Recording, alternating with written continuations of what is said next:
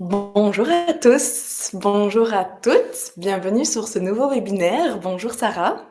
Bonjour Flavie et à tous. Merci, merci d'être présente avec nous aujourd'hui. Aujourd'hui, du coup, donc vous le voyez, c'est un webinaire qui est proposé par Simplicure en collaboration avec Oreca Formation. On va parler d'un sujet, on se le disait, qui est d'actualité, peut-être de plus en plus d'actualité malheureusement, mais très intéressant, qui est l'anxiété et surtout la manière dont on va pouvoir réduire cette anxiété par la nutrition, par la santé environnementale. Donc, c'est un gros sujet. Je vais essayer d'être la plus brève possible pour pouvoir nous permettre d'entrer dans le vif du sujet.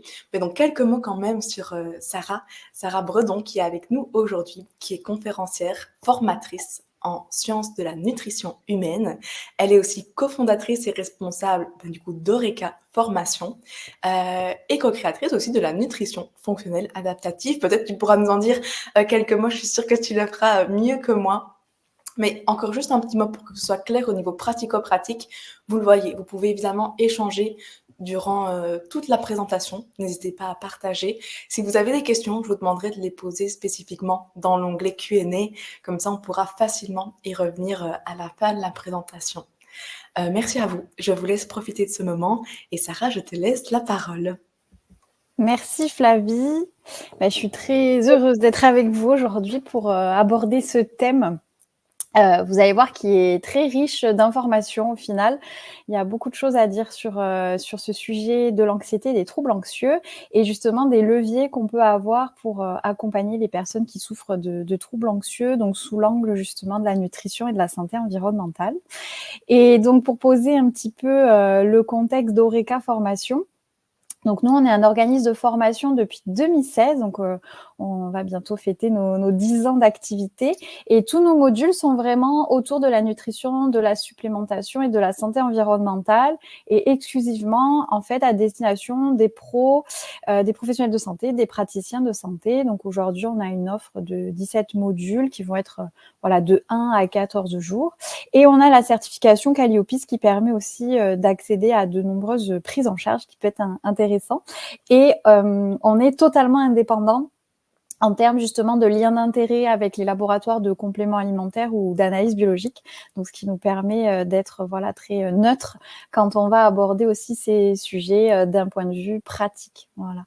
Et ce qui nous tient aussi énormément à cœur, c'est de mettre en avant la notion d'une approche multifactorielle de la santé et de justement former sur tous les sujets sur lesquels on peut être amené à travailler, sur ces aspects que la santé finalement, c'est le résultat d'une adaptation de nombreux facteurs et que quand on veut justement être réellement multifactoriel, il faut tous les prendre en compte.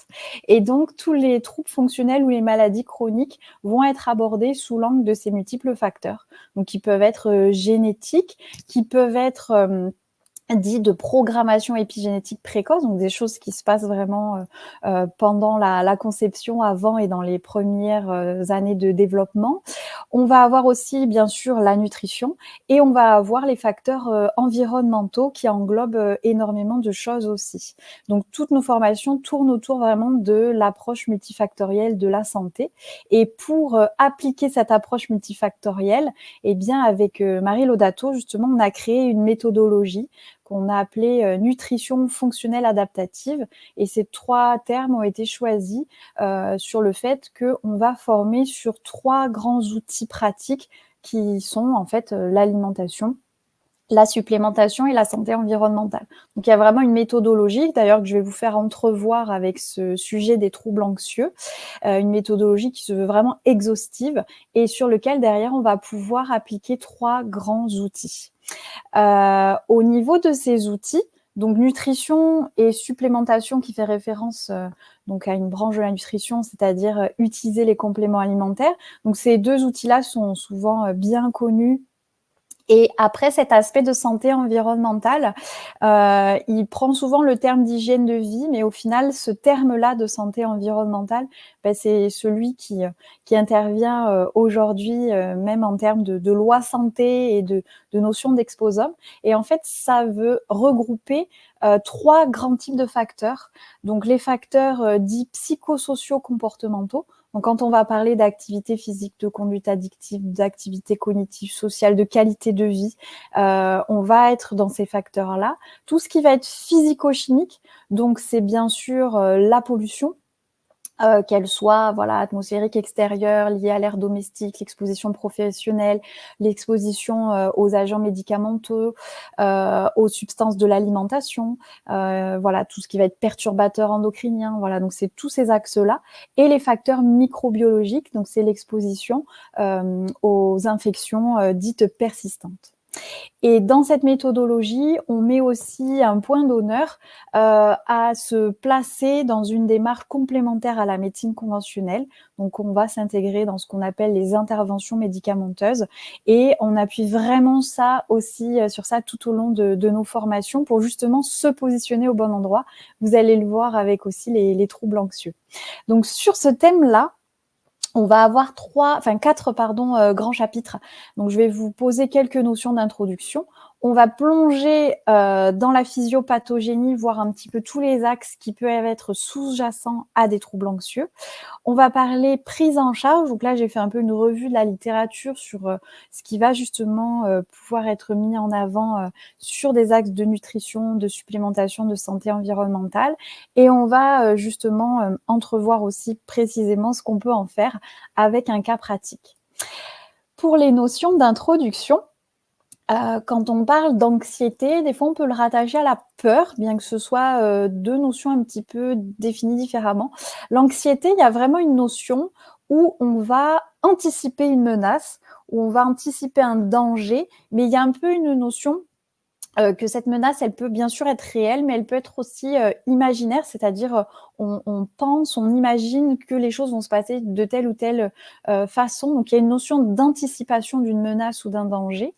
Et cette réponse d'anxiété, déjà, de base, elle est normale. Avoir de l'anxiété, comme avoir des peurs, ça fait partie des processus adaptatifs. Donc, en soi, avoir de l'anxiété, c'est pas un phénomène problématique.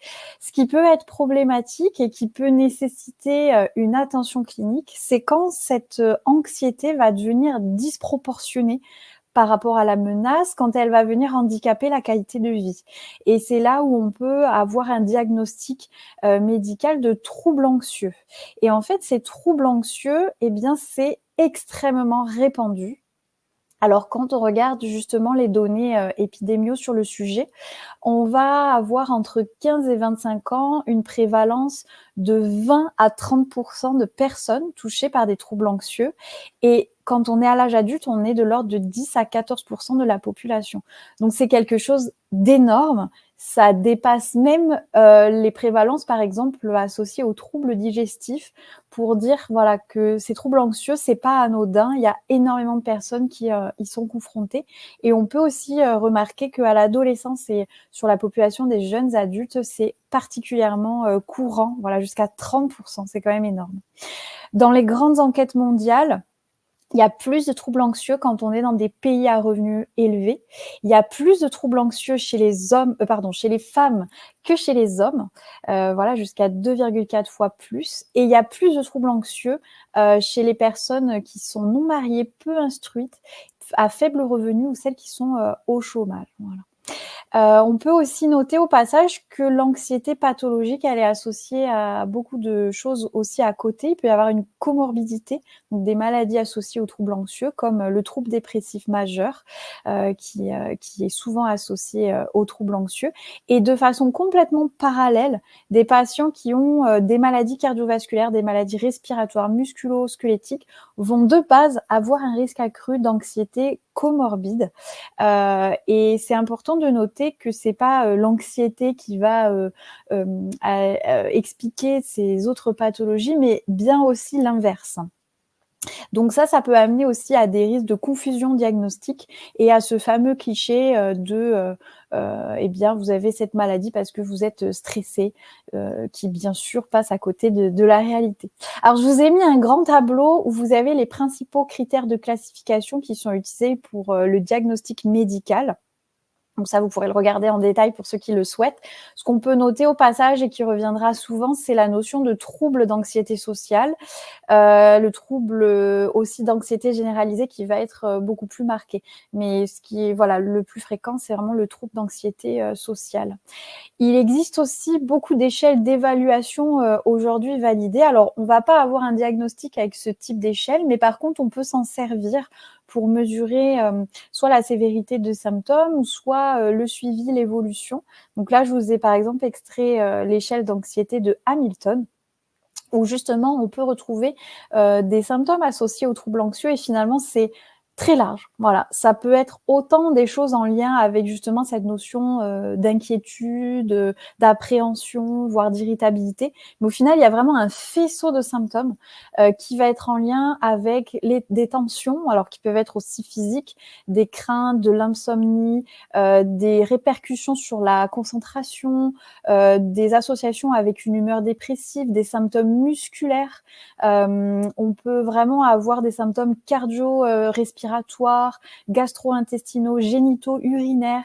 Voilà, il y a vraiment énormément de choses qui peuvent être associées finalement aux troubles anxieux, et ça vaut le coup de se poser sur ces symptômes pour bien après finalement voir toutes les personnes qui peuvent être sujettes à ces troubles anxieux. Quand j'ai voulu creuser l'aspect de physiopathogénie des troubles anxieux, eh bien, en fait, je me suis rendu compte que la matière est hyper riche sur le sujet. Je m'attendais pas à autant de liens. Alors c'est vrai que quand on va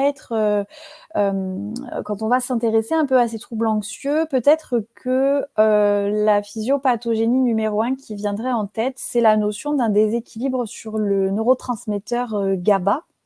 Donc avec un défaut de régulation sur ce GABA ou ce récepteur à GABA, et donc un défaut souvent de balance entre le GABA et le glutamate. Alors c'est vrai que c'est quelque chose qu'on peut retrouver dans les pistes physiopathogéniques. Voilà, le fait de manquer de GABA peut être associé aux troubles anxieux. Mais quand on gratte un peu plus loin, finalement, on se rend compte que c'est l'arbre qui cache la forêt. Alors déjà parce qu'il n'y a pas que le GABA qui peut être touché. En fait, de façon générale, on va aussi retrouver la sérotonine ou les catécholamines.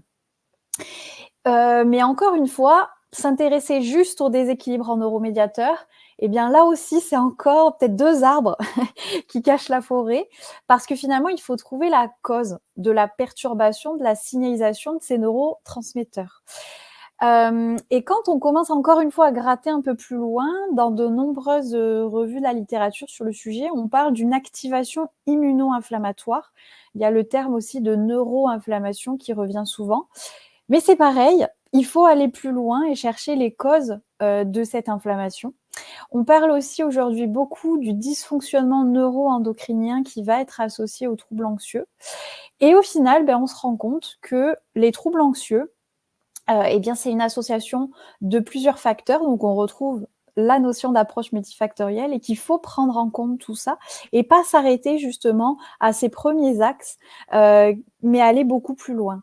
Et quand on va plus loin, eh bien, on peut faire des liens avec énormément de choses. On a des études qui vont faire des liens donc avec des aspects environnementaux, des aspects génétiques, des aspects en lien avec la mitochondrie, le stress oxydatif, tout ce qui va être en lien avec la signalisation lipidique et donc l'équilibre en acides gras. On peut faire des liens avec l'équilibre électrolytique, on peut faire des liens avec le microbiote intestinal, bien sûr. On peut faire des liens avec les acides biliaires, avec le système immunitaire, avec les neuromédiateurs, avec des éléments spécifiques du système nerveux central que sont le BDNF, l'ocytocine, le système opioïde. On peut même faire des liens avec le système rénine, angiotensine. On peut faire des liens avec le système HPA, donc hypothalamo-hypophyso-surrénalien, donc en lien avec justement ce corticotrope, le stress, etc. On peut faire des liens avec la thyroïde, on peut faire des liens avec les hormones sexuelles et aussi particulièrement les neurostéroïdes. Autant d'axes où je pourrais passer une journée sur chacun de ces sujets. Donc j'ai choisi, voilà, pour ce petit webinaire de vous donner déjà quelques pistes sur l'ensemble de ces sujets, mais on peut aller beaucoup, beaucoup plus loin.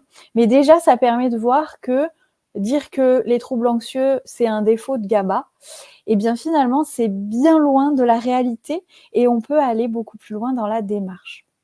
Donc je vais voilà, continuer un peu sur ces axes de physio-patho et justement, premier axe, au niveau environnemental, on peut mettre en avant plusieurs éléments.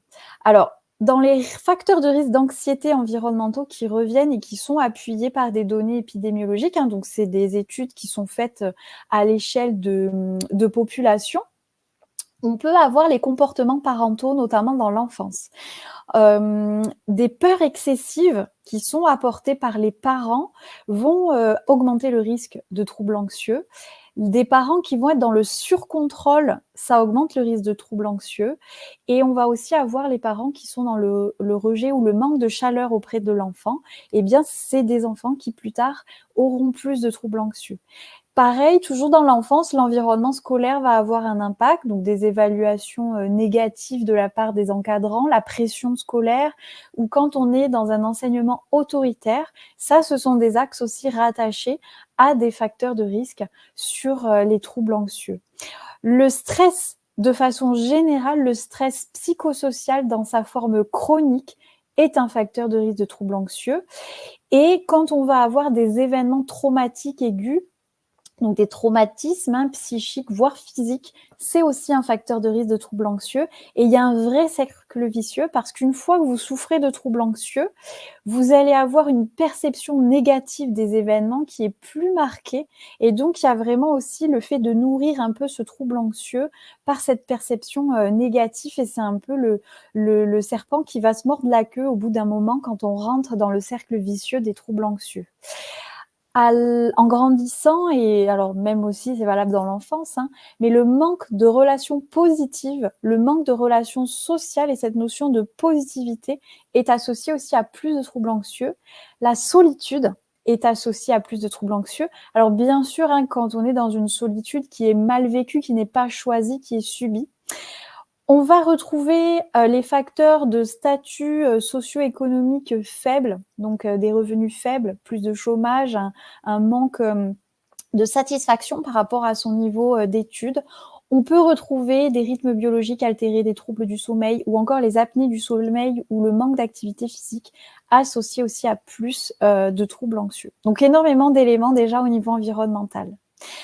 Autre axe physiopathogénique, la génétique. Alors, il y a des facteurs non compressibles en génétique sur lesquels on ne peut pas avoir d'action. On a estimé qu'il y a au moins 26 gènes qui sont associés aux traits d'anxiété.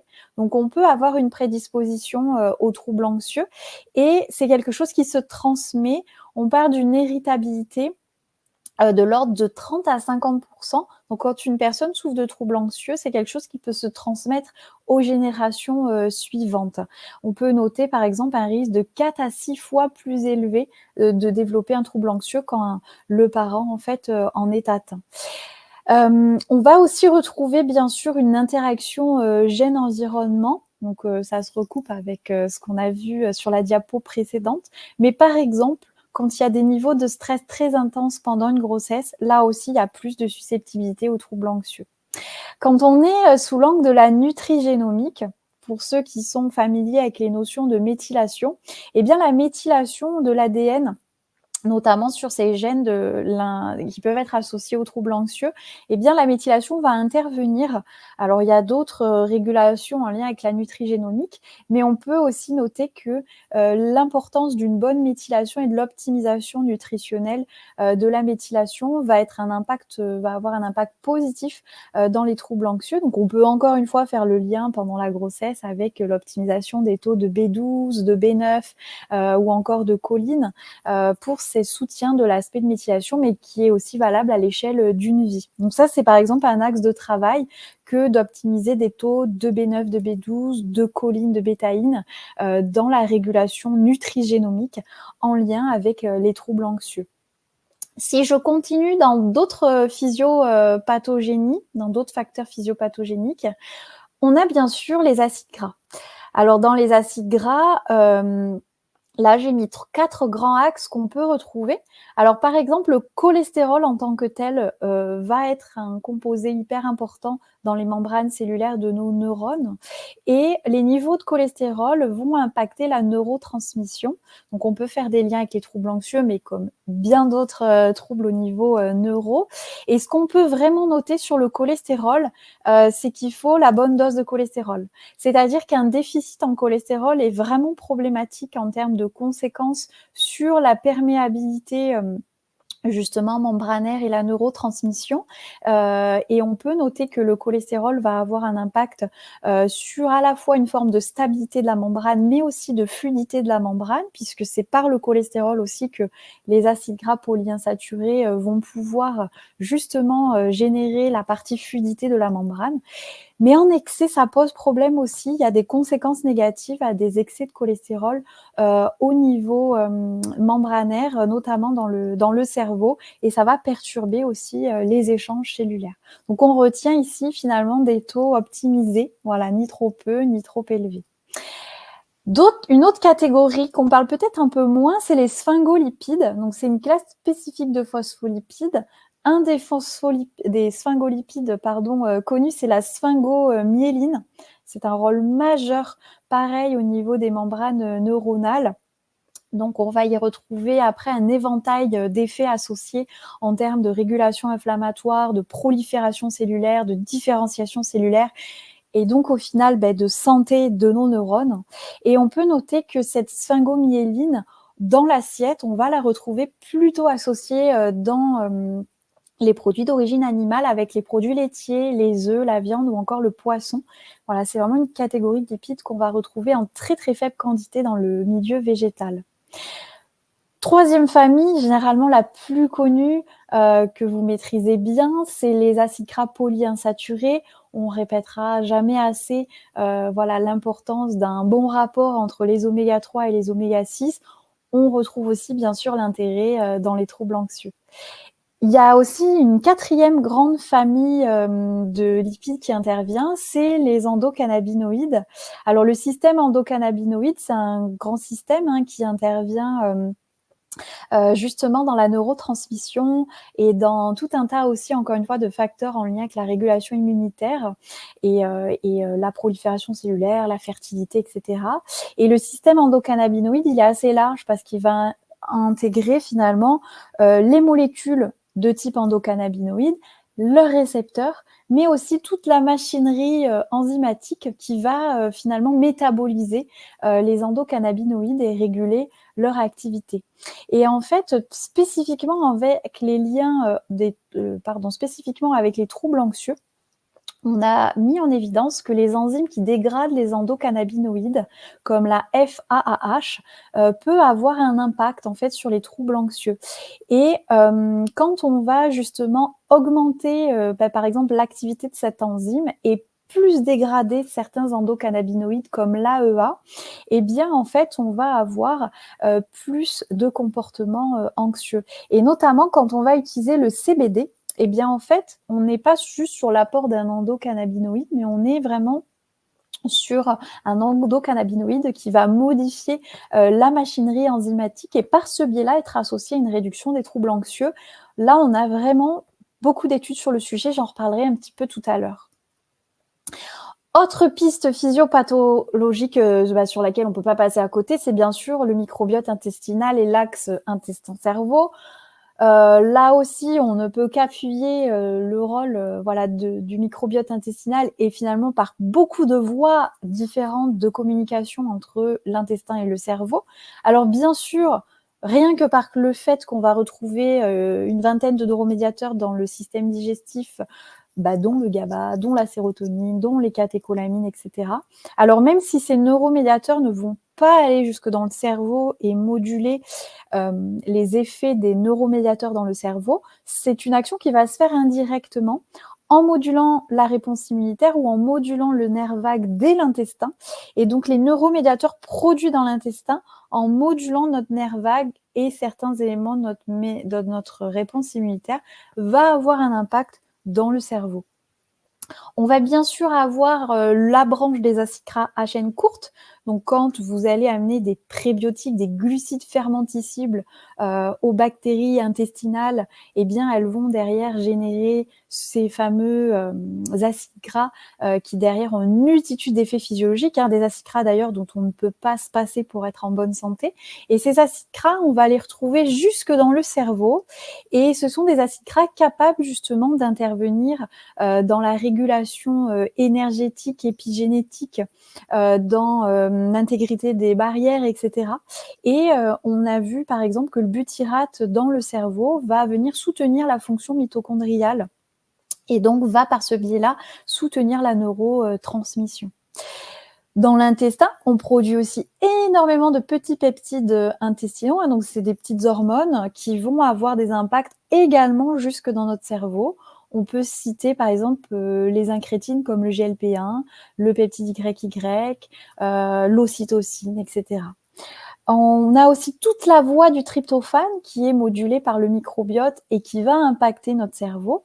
Si on avait par exemple un excès de formation de kynurénine, eh bien c'est quelque chose qui peut être extrêmement négatif dans des troubles anxieux, quelque chose d'ailleurs qu'on peut rechercher avec une analyse de sang. Le rapport tryptophane sur kynurénine, c'est un facteur à part entière de troubles anxieux. On va retrouver les LPS, donc les lipopolysaccharides bactériens, qui peuvent être en excès, associés notamment à certaines dysbioses et à l'hyperperméabilité intestinale. Ces LPS, quand ils passent en excès dans le sang et qu'ils se retrouvent dans le cerveau, eh bien, vont être responsables, comme la kynurénine, d'une neuroinflammation et qui sont encore une fois un facteur à part entière d'aggravation de troubles anxieux. Il y aurait énormément de choses à dire, mais en tout cas, c'est vrai qu'optimiser son microbiote intestinal, eh bien, c'est une prise en charge dans les troubles anxieux, parce que justement, il y a énormément de facteurs qui vont impacter les troubles anxieux et qui démarrent dans l'intestin. Toujours au niveau du système digestif, il y a les acides biliaires. Alors les acides biliaires, c'est pareil, je pourrais tenir 2 jours sur le sujet, c'est ma passion. Les acides biliaires, c'est pas juste des molécules qui servent à digérer. En fait, c'est des molécules qu'on retrouve partout dans notre corps. Vous avez des acides biliaires jusque dans votre cerveau. Et ces acides biliaires, en fait, comme des hormones, vont moduler énormément de fonctions. Et on s'est aperçu que la fonction biliaire avait des impacts même sur les troubles anxieux, notamment en modulant la neuroinflammation. Donc là aussi, on pourrait en dire beaucoup, mais l'optimisation de la fonction biliaire, eh bien, c'est aussi une façon d'optimiser les troubles anxieux. Si je continue, il y a beaucoup de choses qui permettent de faire le lien justement avec l'importance d'avoir une bonne activité physique, d'avoir des contacts sociaux, etc. Et quand on cherche à faire le lien entre ces axes qu'on peut classer au niveau environnemental et la physiologie, eh bien on se rend compte par exemple qu'on a un facteur neurotrophique qu'on appelle le BDNF. Donc un facteur neurotrophique, c'est un élément de notre cerveau qui va justement permettre la neuroprotection, la régénération de nos tissus, de nos neurones, et qui va s'opposer à la neuroinflammation. Donc le BDNF est une substance très importante qui va d'ailleurs faire vieillir le cerveau en bonne santé, s'opposer à des maladies neurodégénératives, à des maladies comme Alzheimer, etc. Eh bien, le BDNF est aussi un facteur de protection dans les troubles anxieux. Et une façon d'optimiser le BDNF, eh bien, c'est par exemple l'activité physique. Donc, quand on va recommander une activité physique, eh bien, c'est un facteur de travail sur le BDNF. En termes, encore une fois, de lien microbiote, eh bien, là, les acides gras à chaîne courte comme le butyrate vont aussi soutenir la sécrétion de BDNF dans le cerveau. Les acides biliaires vont aussi soutenir dans le cerveau la sécrétion de BDNF. Les hormones sexuelles, je vais vous faire un petit mot juste après dessus, vont aussi être un facteur sur ce BDNF et ce facteur de protection. Voilà. Un autre axe, c'est l'ocytocine. Alors l'ocytocine, c'est vrai, c'est l'hormone qu'on rattache par exemple à l'attachement, et en tout cas c'est une hormone qu'on rattache aux contacts sociaux. Et en fait, l'ocytocine en tant que telle a des propriétés anxiolytiques. On va retrouver ces effets-là à la fois dans les modèles animaux et dans les études humaines. Et ça ne fait qu'appuyer l'importance des contacts sociaux, des contacts physiques aussi. Et donc la notion aussi de contact physique dans le fait d'être dans les câlins, dans les massages, dans ce genre aussi d'approche. Et d'ailleurs, ça se rapproche aussi aux effets du système opioïde. Donc le système opioïde, c'est un système qu'on retrouve également dans le cerveau, qui vont moduler au niveau neuronal l'anxiété, notamment avec certains neuropeptides qui vont venir se fixer sur les récepteurs du système opioïde et avoir en tant que tel des effets anxiolytiques. Là aussi, on a l'activité physique qui intervient. Quand vous faites une activité physique, alors là, plutôt dans une notion d'intensité, vous allez générer justement des peptides capables de venir stimuler ce système opioïde et avoir des effets anxiolytiques. L'excitation va aussi avoir un effet sur le système opioïde. La douleur, voilà, c'est pour ça que des fois, la douleur, au début, on a mal et puis après, on a moins mal dans des chocs un peu aigus. En fait, c'est le système opioïde qui intervient et qui va avoir un effet comme ça d'apaisement. Vous avez aussi tout le pôle du plaisir sexuel, des relations sexuelles qui vont stimuler ce côté opioïde. On va aussi retrouver le plaisir associé à l'assiette, à l'alimentation. Et il y a la particularité des produits laitiers fermentés.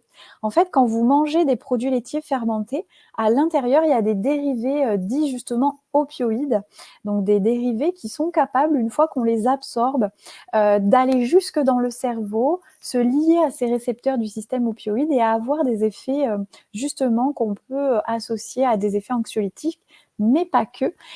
Et d'ailleurs, ça a amené aussi à un brevet qu'on retrouve en supplémentation qui est le Laxium. Il y a aussi un dérivé, un autre dérivé, je vous ai mis le nom un petit peu plus loin.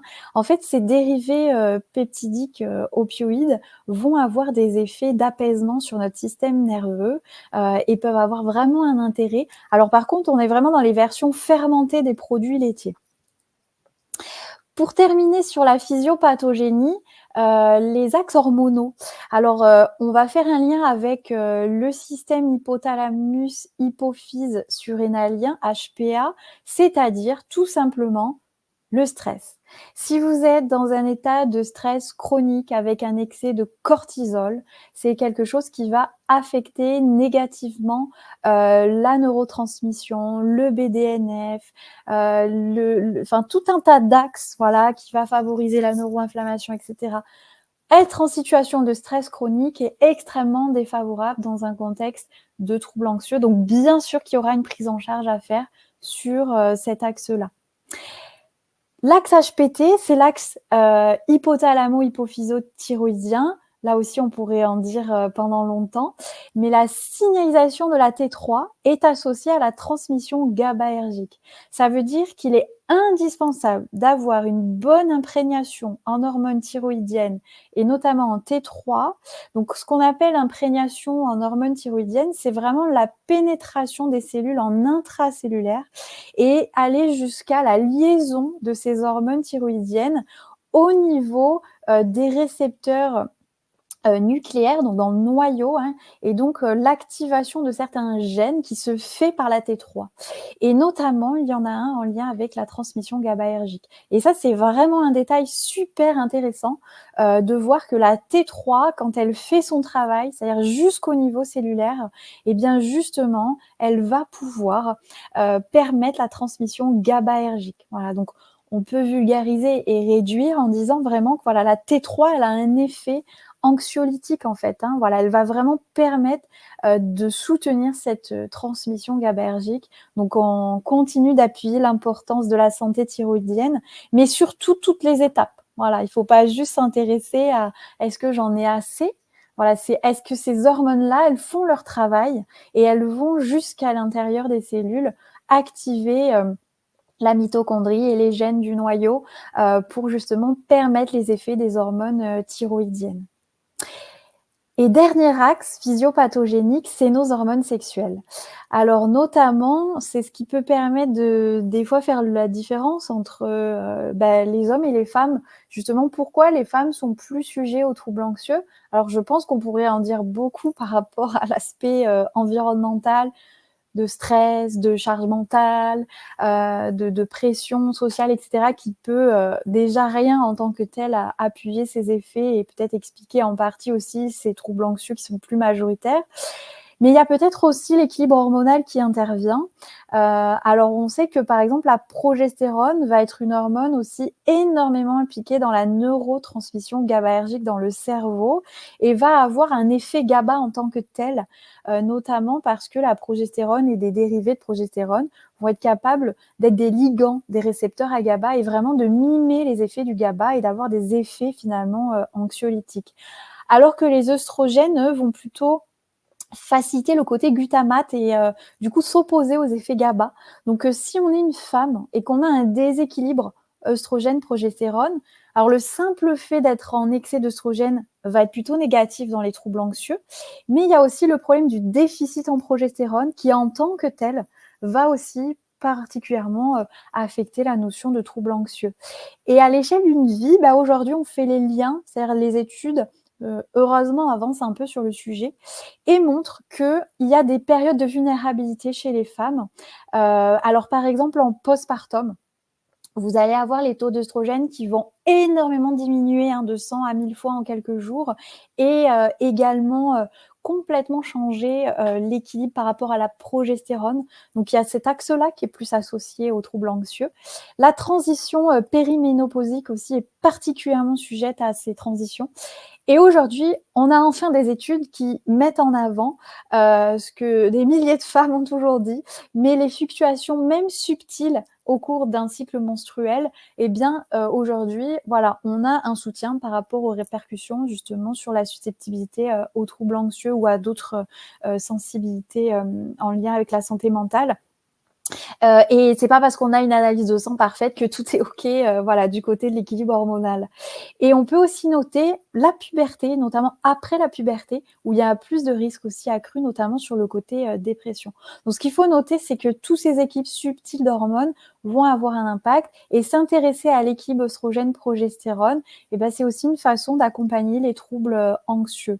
Et ça vient aussi faire le lien avec les neurostéroïdes qui vont être un axe à part entière dont la progestérone va être finalement un métabolite, si on peut dire ça comme ça. Mais voilà, les neurostéroïdes, c'est une famille de stéroïdes que l'on va synthétiser à partir du cholestérol, dépendant de mitochondries fonctionnelles. Et c'est quelque chose qui se fait dans notre cerveau. Et quand ça se fait dans notre cerveau, derrière, vous allez avoir un panel d'hormones dont la mère est la prégnénolone. Et à partir de cette prégnénolone, on va avoir tout un tas de neurostéroïdes qui se fabriquent. Et ces neurostéroïdes vont moduler directement les récepteurs à GABA et vont avoir un effet GABA. Voilà. Et donc, en fait, encore une fois, sur ces neurostéroïdes, il va y avoir des fluctuations, notamment sur la phase lutéale chez la femme. Encore une fois, on va retrouver après l'accouchement où il y a une grosse baisse des neurostéroïdes qui pourrait d'ailleurs être en lien avec la dépression postpartum et aussi être en lien avec des troubles anxieux. Voilà. Et on notera bien sûr que l'âge est associé à une diminution de ces neurostéroïdes. Donc c'est aussi un axe à part entière de travail. Donc vous voyez, la physiopathogénie, je pourrais encore en parler pendant des heures et des heures, mais il faut avancer. Mais c'est autant d'axes sur lesquels on peut travailler. Alors, je vous ai fait un peu une revue sur la prise en charge de tout ce qui peut jouer. Et notamment, donc première étape, bien sûr, c'est un diagnostic médical. C'est vraiment important de poser ce terme de trouble anxieux dessus. Et on peut noter que la première intention, c'est pas un médicament. Si on regarde les recommandations internationales, souffrir de troubles anxieux, la première recommandation n'est absolument pas un traitement pharmacologique, c'est en fait une psychothérapie et notamment la psychothérapie la plus étudiée pour les troubles anxieux, c'est les TCC. Donc c'est vraiment une méthode sur laquelle on peut travailler ou envoyer les patients vers des professionnels formés sur les TCC. Alors il y a d'autres interventions qui sont étudiées mais en moins grande quantité, donc les niveaux de preuve sont moins importants. Ça ne veut pas dire que c'est inintéressant bien au-delà, peut-être que l'avenir mettra des intérêts aussi élevés, mais on peut trouver les thérapies de type ACT, les interventions basées sur la pleine conscience, par exemple. Les médicaments, c'est vraiment secondaire, c'est quand c'est résistant, en fait, aux conseils environnementaux. Et on peut noter que les anxiolytiques sont aujourd'hui plutôt déconseillés dans les troubles anxieux parce que ça crée de la contumance, ça crée des addictions. Il y a vraiment un problème de dépendance avec les anxiolytiques. Et surtout, notamment les benzodiazépines, il y a un risque de rechute. C'est-à-dire que vous le prenez, ça vous améliore forcément à court terme, mais derrière, il y a un risque énorme de rechute. Donc dans les traitements médicamenteux, d'ailleurs, aujourd'hui, on oriente plus vers les antidépresseurs. Mais vous avez vu qu'il y a énormément de choses à faire, voilà, et que la première intention, c'est pas un médicament, je le répète. Alors, au niveau des outils environnementaux, on va retrouver tout ce qui va être respiration et régulation du système parasympathique. Donc là, je vous ai mis 3 techniques qui sont étudiées en termes d'outils de respiration. Voilà, alors tout simplement aussi de la cohérence cardiaque, des choses comme ça. Alors, c'est pas des méthodes qui vont régler les troubles anxieux, mais c'est vraiment des outils à court terme qui peuvent soulager et qui peuvent être conseillés. Dans les approches complémentaires qui sont étudiées, en fait, là, je vous ai mis vraiment que des éléments où il y a des méta-analyses associées, donc un ensemble d'études sur le sujet. On trouve l'art-thérapie, on trouve les thérapies par l'humour, on trouve l'aromathérapie olfactive, donc le fait de respirer des huiles essentielles. Dans les études, c'est la lavande, la rose et toutes les huiles essentielles d'orange et dérivés qui sont les plus utilisées, mais c'est des outils. On va retrouver l'activité physique. Là aussi, je vous ai mis plus de détails que vous pourrez reprendre justement sur pourquoi l'activité physique elle est hyper importante. J'en ai parlé déjà un petit peu plus haut, mais vraiment, il y a plusieurs niveaux. Alors, dans les méta-analyses, on met en avant l'entraînement en résistance, les entraînements de type HIIT, mais aussi la marche. On a aussi des études sur les pilates. Donc, il y a vraiment un ensemble d'activités qui sont intéressantes. Je pense que le numéro 1, c'est de faire une activité qui nous plaît et que l'on va tenir dans la distance et de pas hésiter à aussi changer le type d'activité et aussi à s'intéresser à justement l'entraînement en résistance qui va être généralement super complémentaire finalement et pas juste aller courir parce que il y a beaucoup d'autres choses sous-jacentes associées à l'activité en résistance. On a aussi certaines méta-analyses sur la phytothérapie. Alors, le trio gagnant qui revient toujours, c'est la passiflore, c'est la mélisse et c'est la valériane.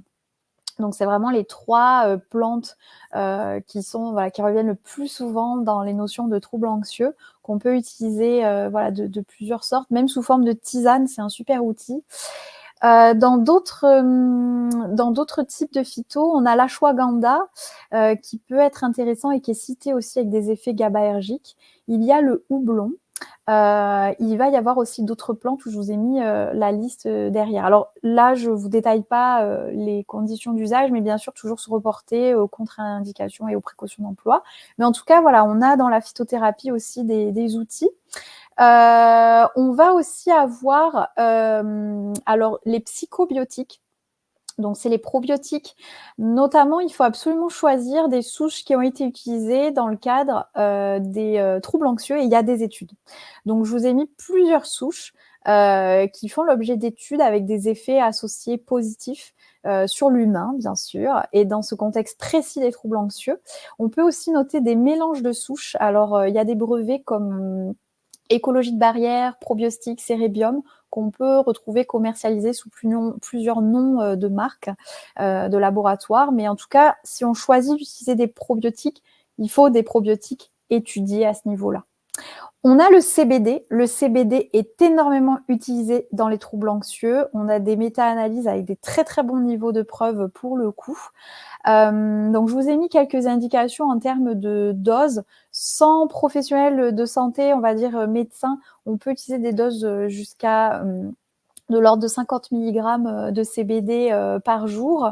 On a aussi d'autres sociétés qui recommandent d'être entre 20 et 160 mg par jour. Alors bien sûr, dans les études, ça va jusqu'à 900 mg avec des effets positifs à 300, 400, mais là, c'est vraiment des doses plus pharmacologiques qui nécessitent un encadrement très précis et très resserré. Mais on peut déjà faire beaucoup de choses sur des doses de 20 à 50 mg.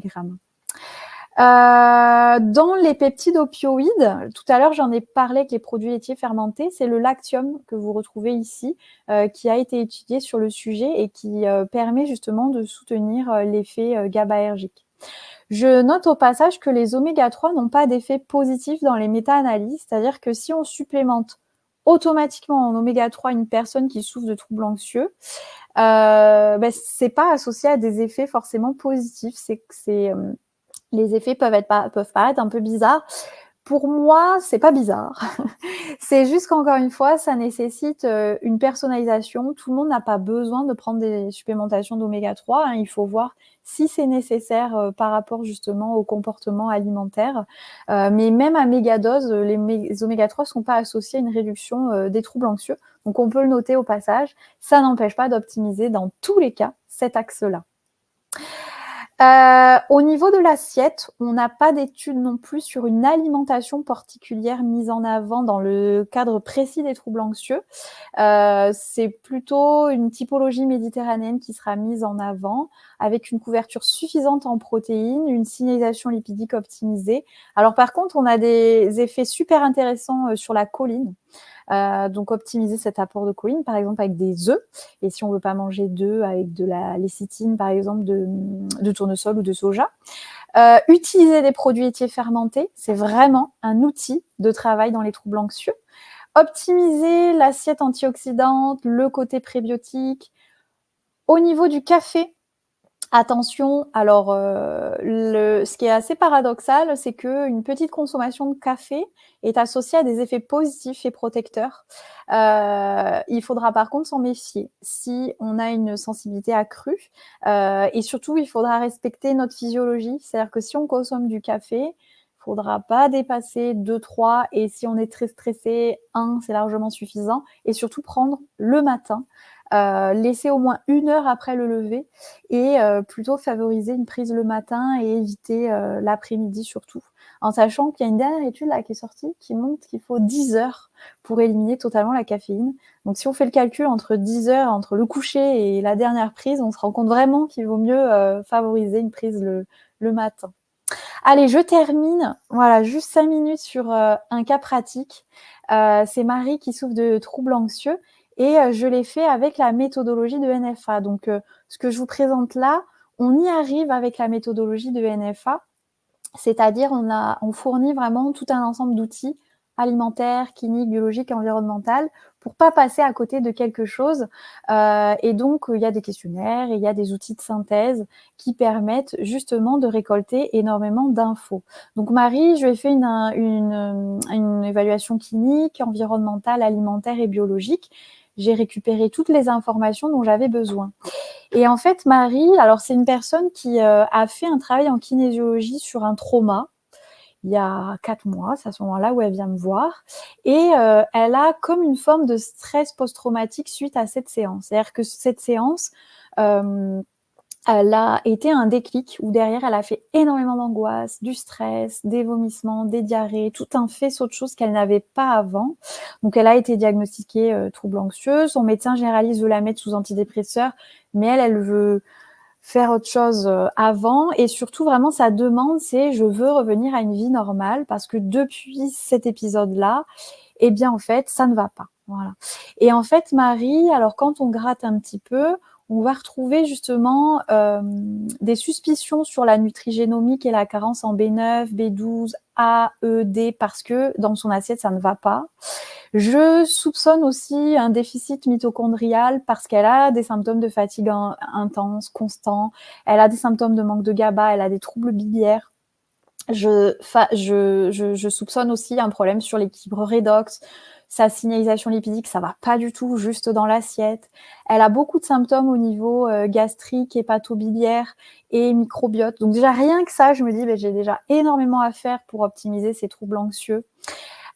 Sur la sphère neuro, rien ne va au niveau des neuromédiateurs. En tout cas, il y a vraiment tout qui sort dans le rouge.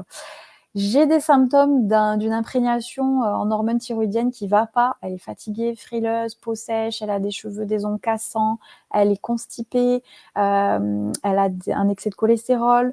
Alors, elle a du stress, du coup, en permanence qu'elle ressent. Et elle a un SPM, donc aussi peut-être des éléments du côté de ses hormones et de son équilibre œstrogène, progestérone. Autant de choses où, comme on l'a vu avant, je peux faire des liens avec les troubles anxieux. Alors, si je détaille, j'ai mon environnemental. Alors sur mon environnemental, en fait, quand je gratte un petit peu, c'est une personne qui a souffert d'abus sexuels dans l'enfance. Elle a une insatisfaction de sa vie professionnelle, elle fait pas du tout d'activité physique. Il y a des contaminations physico-chimiques liées à son assiette, à des utilisations de produits, dans son environnement qui peuvent être optimisées. Donc moi, par rapport à l'environnemental, déjà, je vais l'orienter parce que ça n'a pas été fait vers une psychothérapie et peut-être, voilà, la notion de TCC, donc trouver un professionnel, formé en TCC de l'anxiété.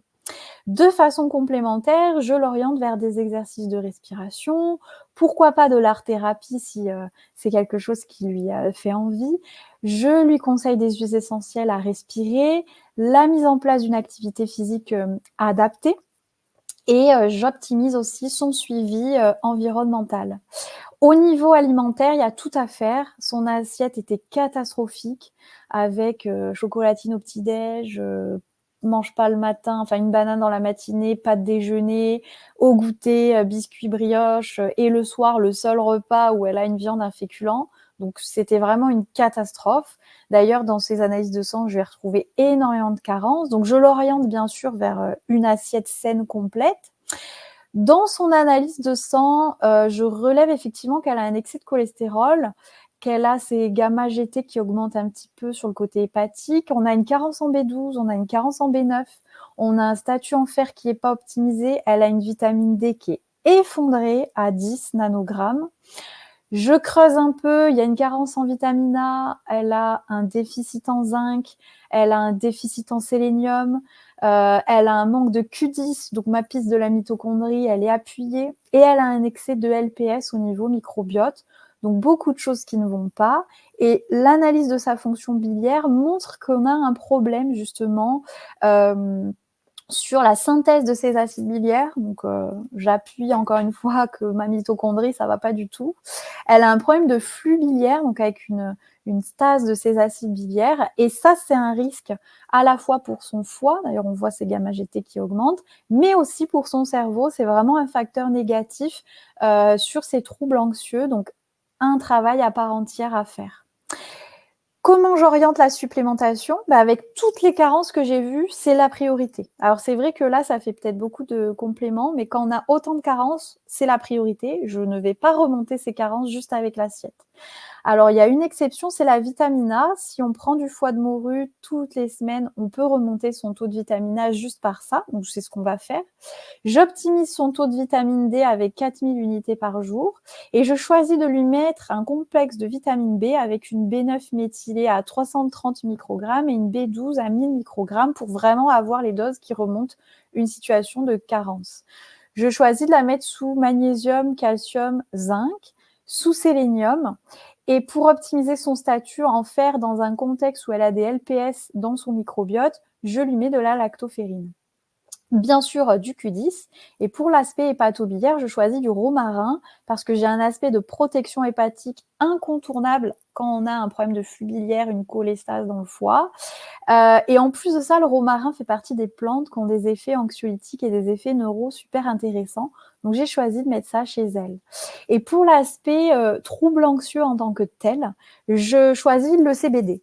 Alors là, pour vous donner un exemple précis, j'ai pris une huile full spectrum à 30% et où une goutte va correspondre à peu près à 15 mg de CBD. Alors le CBD, il faut vraiment le mettre en place tout doucement. Donc au début, je mets une goutte 3 fois par jour et en fonction de ses ressentis, on va augmenter jusqu'à 4 gouttes 3 fois par jour. Si jamais elle ressent des inconforts, je baisse à la dose qui lui fait du bien, mais qui lui met pas des inconforts. Le CBD, il faut le garder un peu sous la langue avant d'avaler et surtout, il faut bien prendre la distance des repas, mais aussi des médicaments parce qu'il y a énormément d'interactions médicamenteuses. Donc, on fait attention à tous ces aspects-là, mais bien utiliser le CBD dans les troubles anxieux, c'est vraiment génial. Et je lui mets une tisane pour que ça fasse pas trop supplémentation, mais voilà, passiflore, mélisse, valériane, je lui mets une tisane donc de qualité pour voilà, la boire de façon complémentaire. J'aurais pu utiliser du Laxium, mais j'ai préféré utiliser du CBD, mais le Laxium aurait pu être un outil, on va dire, complémentaire ou alternatif au CBD. Donc voilà le cas de Marie. pour avoir, vous voyez, cette évaluation vraiment exhaustive. Alors ça peut paraître beaucoup d'éléments, mais on y arrive parce que justement, avec tous les outils qu'on fournit, on fait cette évaluation méthodique et on arrive à synthétiser toutes les infos. Et pour arriver à cette prise en charge, eh bien en fait, voilà, on propose une certification qui forme à ça et vous pourrez voilà vous renseigner sur le sujet sur notre site. La prochaine session démarre le 30 septembre. Et je m'arrête là. Hop. Un tout grand merci, Sarah, pour cette présentation de qualité très complète. Je partage du coup directement la petite bannière. Donc pour les personnes qui souhaiteraient découvrir déjà le site Horeca, tout ce que vous proposez et du coup profiter du code de réduction aussi que vous mettez en place.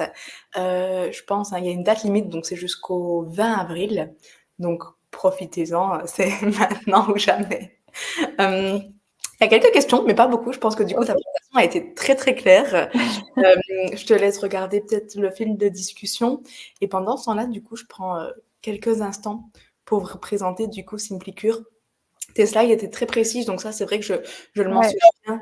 Le support de formation ici sera disponible aussi sur l'Académie de Simplicure dès cet après-midi, grand maximum demain. Donc, vous pourrez télécharger les informations, y revenir et avoir le support vraiment avec vous.